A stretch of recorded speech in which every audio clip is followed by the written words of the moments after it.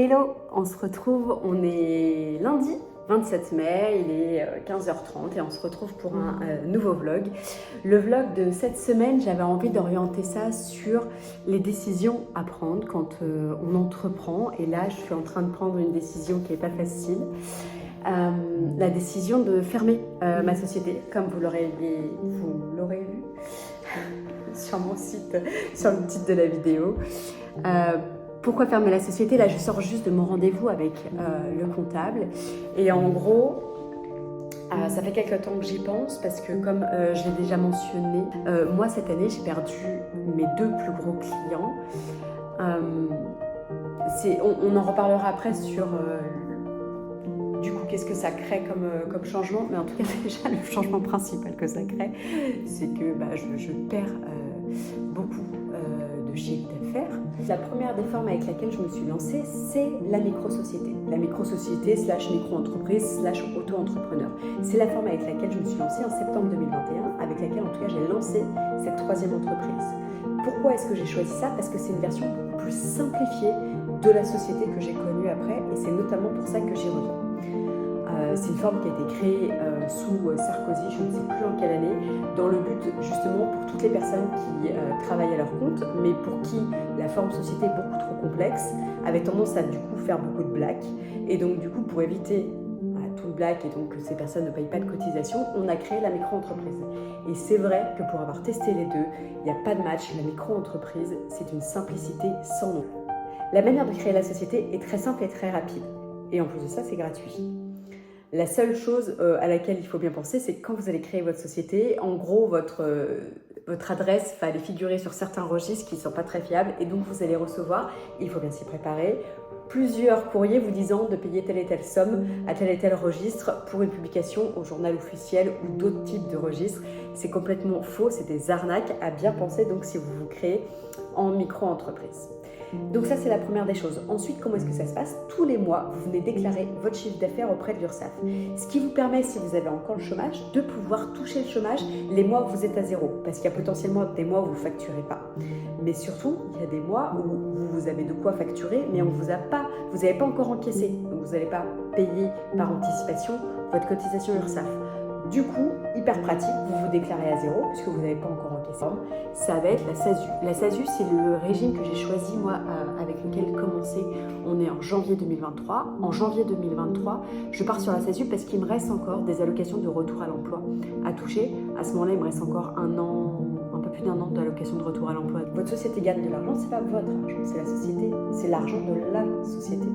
Et donc du coup, pour sortir l'argent de la caisse de la société, vous pouvez soit la sortir en compte courant d'associé, c'est donc ça va être tous les frais que vous avez pu faire pour la boîte avant la boîte, ou des frais kilométriques, etc. Ça va être en dividende, où vous êtes taxé à hauteur de 30%. Donc si vous voulez sortir 1000, il faudra payer 300 de cotisation. Et si vous voulez sortir en salaire, on est plutôt aux alentours des 75%. Ok. Donc ça va être la forme société SASU. La forme SASU, elle est vraiment recommandée quand vous avez des allocations de retour à l'emploi à toucher, ou que vous êtes en fin de carrière et que vous êtes plutôt en mode ça va être un complément de salaire et donc je vais me payer uniquement en dividende et donc avoir uniquement les 30% d'imposition dessus, enfin de cotisation sociale. EURL, ça va vraiment être la forme de société que vous allez créer quand vous voulez être salarié de votre entreprise et toucher un salaire tous les mois de votre entreprise. À partir de ce moment-là, quand on est en EURL, les salaires ils sont taxés à hauteur de 45%, donc beaucoup moins qu'en SASU. Par contre, les dividendes sont beaucoup plus taxés, j'ai plus le chiffre en tête, mais en tout cas, les dividendes sont beaucoup plus taxés. Donc pour récapituler, on a la micro-entreprise qui est faite pour tester et qui est faite aussi pour les sociétés de services. On a la SASU qui est faite si vous avez des allocations de retour à l'emploi ou que vous êtes en fin d'activité et que vous êtes plutôt là pour gagner des dividendes. Et vous avez le URL qui est là si vous avez besoin de vous verser un salaire, d'avoir des fiches de paye. Du coup, j'ai pris la décision, moi, de fermer ma SASU. L'idée à la base, c'était de basculer en EURL pour pouvoir me verser un salaire régulièrement. Maintenant que je ne touche plus les ARE, j'ai pris finalement la décision de fermer la société et de repartir en micro-entreprise, puisque ça n'avait pas trop de sens de fermer une SASU, enfin de suspendre ma SASU pour la transformer en EURL après. slash la fermer, créer une micro et ensuite me recréer en EURL quand la pente va remonter, puisque la pente va remonter et ça va être super sympa. Donc du coup, j'ai décidé de fermer cette SASU avec une petite larme bien évidemment quand j'ai décidé de la fermer. Et puis en fait après je vois aussi tout le truc trop cool de voilà, c'est un nouvel espace pour faire des nouvelles choses, c'est 2 clients en moins qui me faisaient 60% de mon chiffre d'affaires, c'est aussi de l'espace en plus pour pouvoir créer des nouvelles choses, des nouvelles offres, et c'est aussi la raison pour laquelle je reprends cette chaîne YouTube, pour justement documenter ça. Donc en fait, j'ai tendance à dire qu'il n'y a pas de mauvaises choses qui arrivent et que tout arrive, en tout cas tout s'entremêle dans un plan parfait. Donc du coup, on va partir là-dessus. On va partir sur fermeture de la SASU, ouverture d'une micro-entreprise. Et je trouvais ça chouette de vous faire ce petit point dessus parce que je sais que parfois le choix du statut peut être hyper challenging et qu'on a du mal à s'y retrouver dans tout ça.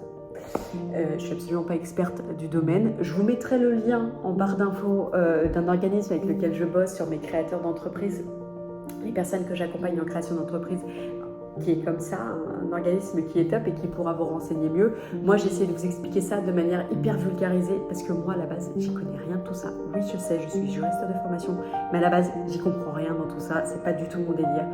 Donc, c'est pour ça que je voulais vous faire ce petit point. Je vous souhaite une excellente fin de journée et on se retrouve un prochain jour pour la suite de ce vlog.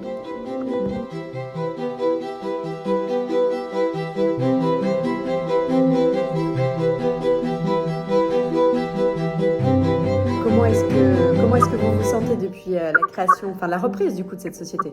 Alors attendez, ce que je vais faire, c'est que je vais regarder parce qu'il me semble que j'avais eu l'info justement.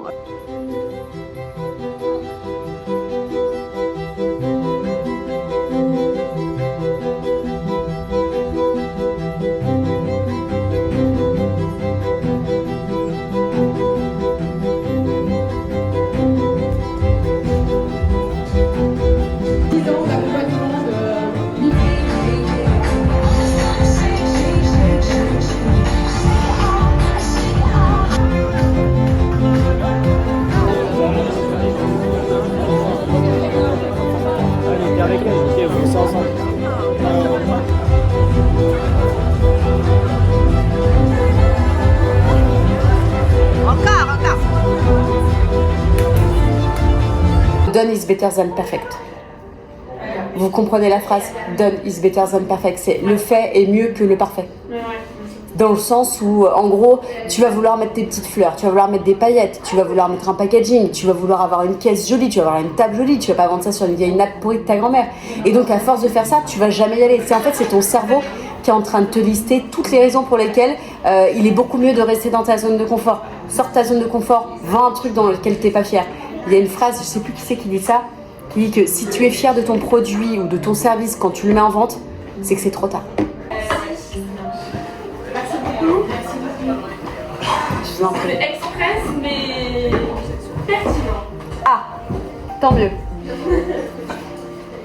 Le marketer pour que votre élément différenciant il ressorte et de voir qu'est-ce que ça apporte vraiment le fait qu'il y ait le dermato, donc il y a le stem de la légitimité.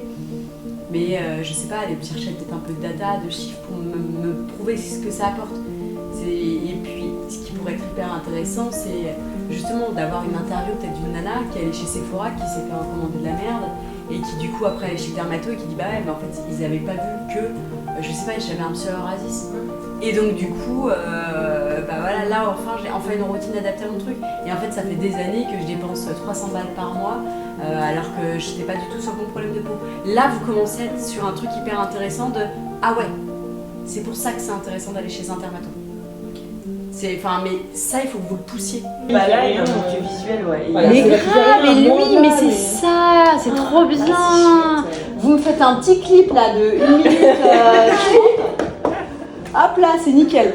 Ah non mais là vous êtes mon préféré coaching. C'est à la voilà. Et je dis pas que c'est simple. Et je dis que c'est ça dont on a besoin. Oui, pour oui, valider. c'est En fait, vous êtes en bac plus 5. On va pas valider votre diplôme sur une idée et sur un site internet. Parce qu'en fait, ça, vous faites depuis 5 ans, en vrai. Tu vois. C'est juste que là, le niveau d'exigence pour passer le jury, en tout cas selon moi, moi j'étais coach l'année dernière, j'étais pas jury. Donc du coup j'ai vu comment se passaient les jurys. Ah ben en fait si t'es pas allé sur le terrain, en fait si t'as juste fait un site internet et que t'as brainstormé pendant 3 heures sur un ordinateur, c'est très bien, mais les gars on est en bac plus 5, donc en fait ça suffit pas. Il faut être allé sur le terrain. Peu importe la forme. Moi ce que je vous dis c'est les idées qui me viennent en place en 2 minutes. Après il faut peut-être creuser, trouver une manière qui soit ok de le faire pour vous, qui soit ok de le faire, j'entends aussi dans le contexte où tout le monde n'est pas dans le même taux d'investissement dans cette entreprise, donc après c'est vous qui voyez, et puis en fait après vous faites bien ce que vous voulez, franchement en vrai vous faites ce que vous voulez. Moi je veux juste pas que vous soyez dans le truc de c'est sympa, il aurait mieux fallu nous le dire avant. Moi je vous dis vraiment ce qui me vient, mon but moi c'est que là que vous ayez une bonne note, donc je vous dis ce qu'il faut faire pour avoir une bonne note. Ce qu'il faut faire c'est d'aller sur le terrain. Si vous n'allez pas sur le terrain, vous êtes sur une idée. Non, mais en vrai, j'aimerais bien que ce soit vous notre jury, là, oui, pour le coup. Non, mais ça. Tant mieux si ça vous a aidé. Être entrepreneur chez soi, derrière son bureau, faire son petit site internet, c'est fine, tu vois, tu te confrontes pas à la vie de l'autre. Donc en fait, t'es bien, t'es dans ta zone de confort. Que moi j'appelle la zone sushi série, parce que moi c'est mon confort max, c'est sushi série. Mais en vrai, la vraie vie, elle commence quand ton site internet, tu le montres aux autres. Ouais. Quand les gens ils viennent sur ton site, que tu commences à avoir des feedbacks, que tu commences à avoir des bugs, c'est là que la vraie vie, elle commence, la vraie vie de l'entrepreneuriat. Mais c'est cette partie-là qui est la plus dure, parce qu'en fait, tu es en train de t'exposer à l'autre. Comme la peur de l'être humain, la pire, c'est d'être rejeté du cercle social. Se montrer à l'autre, c'est risquer d'être rejeté du cercle social. À partir de ce moment-là, ton cerveau, il va te faire toute la liste de pourquoi il ne faut pas le faire. Et typiquement, il va te dire, reste plus qu'un mois, vas-y c'est bon, saoule, on n'est que 2, et fais chier, et j'en ai marre, et de toute façon je sais pas faire. Il va te faire toute cette liste de pourquoi il ne faut pas le faire. Ça c'est sûr que ton cerveau, il est toujours très bon à ça. Je te dis, tiens, le mien fait la même chose que plein d'autres trucs, le tien aussi, on a tous ça. Parce que notre cerveau, il ne veut pas que l'on sorte de notre zone de confort. Ok ? Voilà, c'est tout. Partant de là, il faut juste se dire, je choisis, soit je reste dans ma zone de confort et je fais mon petit truc, par contre du coup ça casse pas 3 pattes à un canard pour un run oral, et ça casse encore moins 3 pattes à un canard dans la vraie vie, dans le monde pro, parce que voilà. Par contre, j'ai osé m'exposer, j'ai osé montrer aux autres ce que j'ai fait et je me suis viandée, bah ça c'est super. Parce qu'en fait je suis encore là, je me suis relevée. Non, ok. Donc l'idée c'est juste que vous nous montriez que vous avez un plan d'ensemble, une vue d'ensemble sur la manière dont vous allez acquérir vos futurs clients prospects. Okay, vous avez la difficulté d'avoir du B2B, du B2C. Donc il faut que vous compreniez que ça va être potentiellement un risque parce que 2 cibles, donc 2 coûts d'acquisition client, etc. Donc il faut que vous montriez que tout ça est bien intégré dans une big picture d'abord on pénètre le marché par ça, puis par ça, et dans 6 mois on passera par ça, et si le KPI il n'est pas au bon endroit, bah du coup ça on le repoussera d'1 an, et en gros tout est là, tout est prêt, et on n'a plus qu'à dérouler. Mais on a pensé étape par étape parce qu'on sait que c'est pas faisable de pénétrer un marché sur 15 canaux d'acquisition différents. Ouais, ok. Si vous devez nous coacher, si le projet... Oui, on n'a pas pris de votre mail ni rien, ouais. même votre nom.